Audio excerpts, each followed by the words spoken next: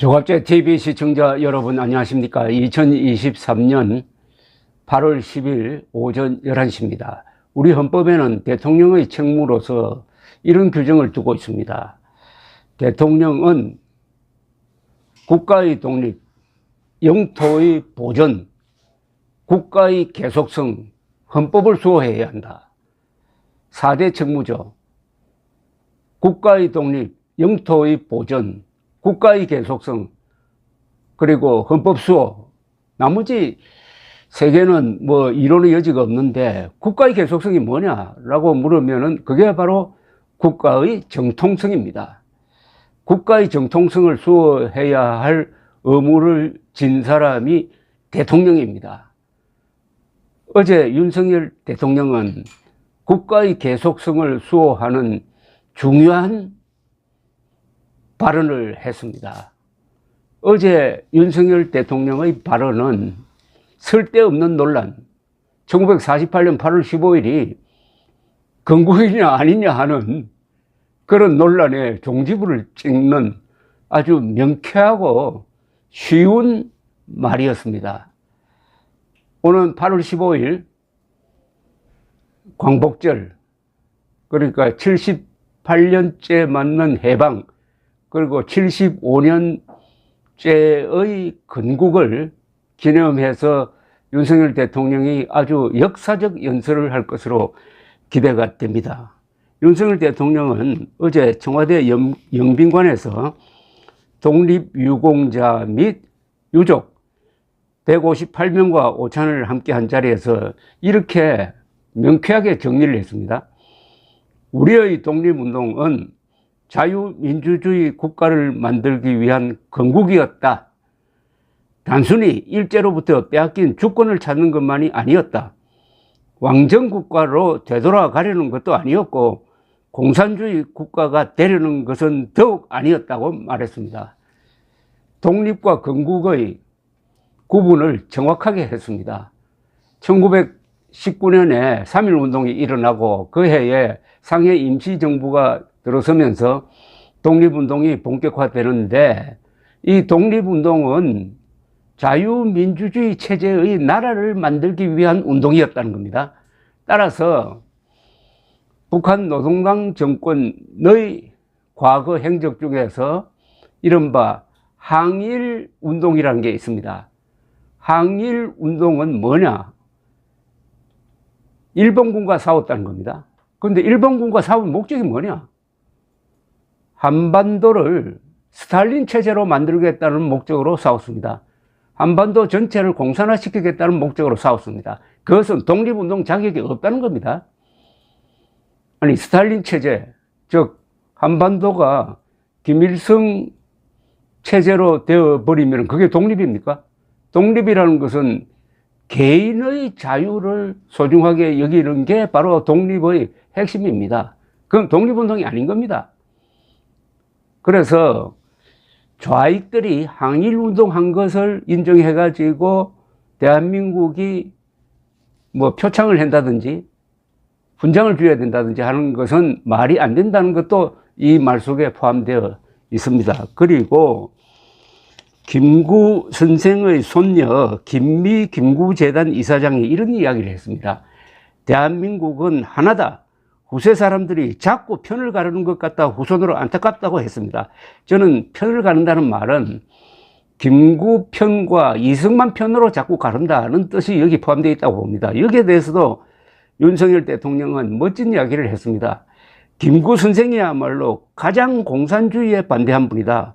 후세 사람들이 편을 나눠서는 안 된다고 했습니다. 김구 편, 이승만 편 나누지 말라는 이야기입니다. 특히 좌익들이 김일성을 내세우기는 쪽팔리니까 김구 선생을 내세워가지고 이승만을 매도하는 그거 해서는 안 된다는 뜻도 여기 포함되어 있습니다. 이렇게 함으로써 건국에 관련된 주요 쟁점을 윤석열 대통령이 아주 쉽게 말하자면 반론이 불가능할 정도로 딱 정리를 해버리고 말았습니다. 이게 바로 윤석열 대통령이 헌법상 책무인 국가의 계속성 수호를 실천한 겁니다.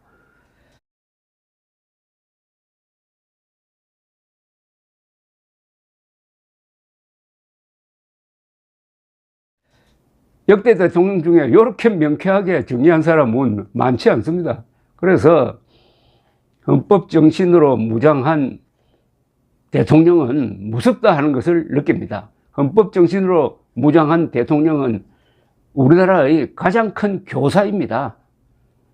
어제 이 말 하나로 이 엉터리 교과서를 다 무효화시켜버린 것 아니겠습니까? 문제는 이런 귀한 말을 한 윤석열 대통령의 뜻을 살려가지고 우리 정부가 행정력을 총동원해가지고 이 점을 홍보를 해야 합니다.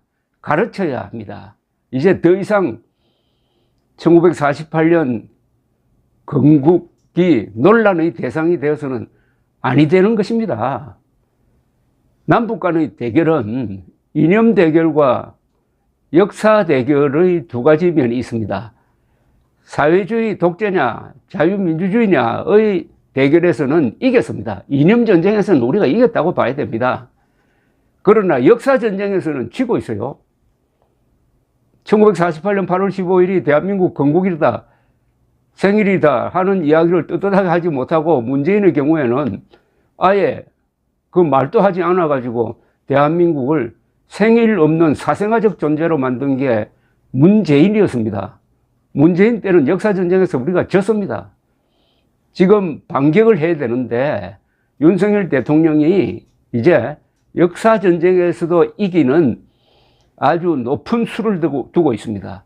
이승만 대통령 기념관 건립이라든지 민간인들과 경북 도 7곳군이 손잡고 6.25의 결전장 다부동에 이승만 트루만 동상을 세운 것도 다 이 역사전쟁에서 이기기 위한 포석인 것입니다. 윤석열 대통령이 역사전쟁의 승부수를 던졌습니다. 이 뜻을 국민의힘과 국무총리 이하 공무원들이 살려야 합니다. 어떻게 보면 대통령이 너무 앞장서는 것 같기도 해요. 국민의힘과 우리 공무원 집단의 기회주의적 그리고 나태한 태도에 비해서 윤석열 대통령이 한참 앞서 달리고 있습니다. 돌격하면서 지휘관이 앞장서면 부하들이 따라줘야 되는 것 아닙니까? 고지전에서 한 8분 능선까지 올라가서 고지가 눈앞에 보일 때 마지막으로 소대장이 일어서면서 돌격했을 때 그 고지를 향해서 뛰어갈 때 뒤따른 사람이 없으면 소대장이 맞아 죽습니다. 총 맞아 죽습니다. 윤석열 대통령을 그런 외로운 소대장으로 만들 생각입니까? 오늘쯤 되면은 국민의힘과 국무총리가 나서가지고 어제 윤석열 대통령이 한 이야기를 더 굳히는 말과 정책을 내어놓아야 될 것 같은데, 더구나 8월 15일 앞두고 있지 않습니까? 윤석열 대통령이 확실하게 굳힌 이 국가의 계속성이 뭐냐 하는 것을 좀 논리적으로 풀어야 됩니다. 이 국가라는 말은 이 동양에서는 없었던 말입니다. 이 몇 가지 말이 지금 뒤섞여 쓰이고 있습니다. 나라라는 말도 있고요, 국가라는 말도 있고, 또 그것과는 약간 다른데 민족이라는 말도 있고요, 또 민중이라는 말도 있고 민초란 말도 있고, 이렇게 복잡하게 쓰이는데 이런 거는 영어로 정리를 하는 게 오히려 빠를 것 같습니다. 영어에 나라를 가리키는 말이 몇 가지 있습니다. country, state, nation 뭐 이렇게 되겠죠. country는 나라라고 번역하는 게 맞을 겁니다. 그런데 state, United States of America 할 때 states, 그게 바로 국가입니다. 그리고 nation은 국민이라고 번역하는 게 맞습니다. country, state, 그리고 nation. 대한민국은 나라 국자를 써야 합니다. 그러나 조선민주주의 인민공화국이라고 불러주면 안 되죠. 왜 그렇습니까? 우리 헌법이 북한 노동당 정권을 불법 집단으로 보지 절대로 국가로 인정하지 않습니다. 한반도에서는 나라 국자를 쓸 수 있는 정치 체제는 대한민국밖에 없습니다. 그게 헌법 정신입니다. 헌법 제3조는 대한민국 영토는 한반도가 그 부속도서로 한다고 함으로써 북한 지역을 대한민국 영토로 규정을 했고, 북한 영토, 북한 쪽에 있는 우리의 영토를 강점하고 있는 북한 노동당 정권은 반국가단체가 되는 것입니다. 그래서 북한에 들어갈 때 우리가 입국이라고 하지 않고요, 그냥 북한에 들어간다, 뭐 입경이라고 한다든지 이렇게 하지 않습니까? 그런 뜻에 비추어 본다면은 북미라고 부르는 사람은 이 생각이 잘못됐습니다. 미북이라 불러야 됩니다. 아니, 국가도 아닌 게 우리 동맹국보다 우선하면 되겠습니까? 북미는 안 됩니다. 미북이라고 해야 됩니다. 윤석열 정부 들어서고 나서 공무원들은 미북 하는데 아직도 북미 하는 언론인들이 있습니다. 거기 북은 북한 농당 정권 아닙니까? 혹시 북한 주민이라고 하면은 막 북미라고 불러줄 필요도 있겠지만은 그런 경우의 북미라는 표현은 거의 없습니다. 미북이라고 해야 되는 것입니다. 국가의 계속성을 이야기하면은 그 전에 우리 민족사의 정통성을 이야기를 해야 됩니다. 우리 민족사는 역사에 기록된 걸 기준으로 할 때 백제, 고구려, 신라가 싸웠던 삼국시대로부터 출발을 해가지고 그 세 나라가 신라에 의해서 통일이 되었습니다. 삼국통일, 즉 통일 신라는 우리나라 최초의 민족통일 국가입니다.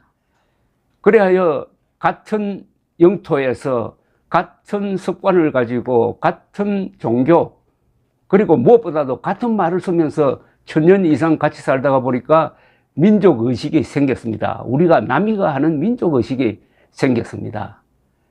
신라의 삼국통일이 우리 민족사의 정통성을 규정하는데 제일 중요한 표석입니다.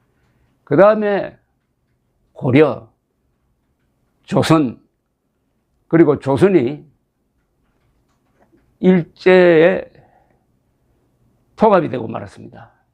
즉 우리 민족사상 처음으로 다른 민족에 의해서 나라가 다스려지는 꼴이 되고 말았습니다. 그런 점에서 조선조는 그 앞에 고려, 신라보다도 문제가 많다는 이야기죠. 그리고 대한민국은 요 앞에 다른 체제와는 또 다르죠. 최초의 국민국가입니다.